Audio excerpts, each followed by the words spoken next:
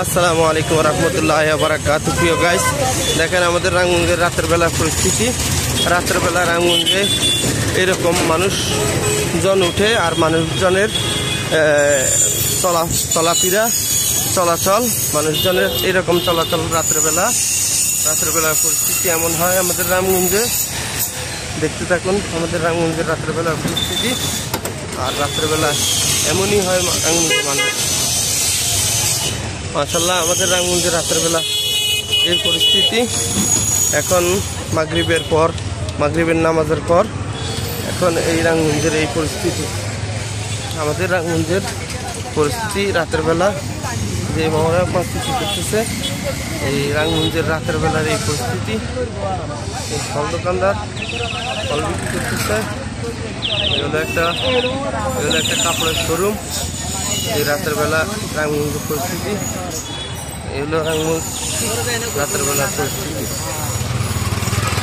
আর এগুলো ইলিশ মাছ, ইলিশ মাছের কেজি কত ভাই? এই ইলিশ মাছের কেজি কত ভাই? হ্যাঁ, 750 কেজি না? বড় নাই, আর বড় নাই, একদম বড় নাই। একদম বড়গুলোর কেজি কত এমনি? আর আপনার এটার কেজি কত? 750।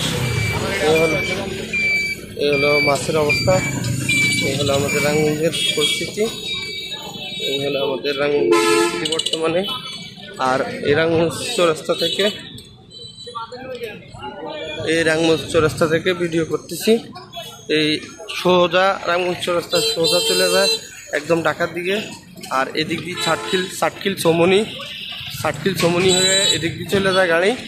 আর এই হলো আমাদের রামগঞ্জের বর্তমান পরিস্থিতি। রামগঞ্জ চৌরাস্তা, এটা হলো আমাদের রামগঞ্জ চৌরাস্তা। এই রামগঞ্জ চৌরাস্তার পরিস্থিতি রাতের বেলা। এগুলো আমাদের রামগঞ্জ। এই এদিক থেকে সোনাপুর চলে যায়। এই সোজা টলিয়েটা এখন যেদিকে যাচ্ছে এটা হলো সোনাপুরের দিকে যাচ্ছে, আপনার হাজীগঞ্জ হয়ে চলে যাচ্ছে। আর এটা এদিকে যাচ্ছে আবার ষাটকিল চমনি ফেনী। এই রাস্তা হলো ষাটকিল চমনি ফেনী। আর এদিকে আমাদের রামগঞ্জের ভিতরকার রাস্তা, এটা হলো রামগঞ্জের ভিতরের রাস্তা। এগুলো আমাদের রামগঞ্জের পরিস্থিতি। ভালো থাকবেন, সুস্থ থাকবেন সকলে।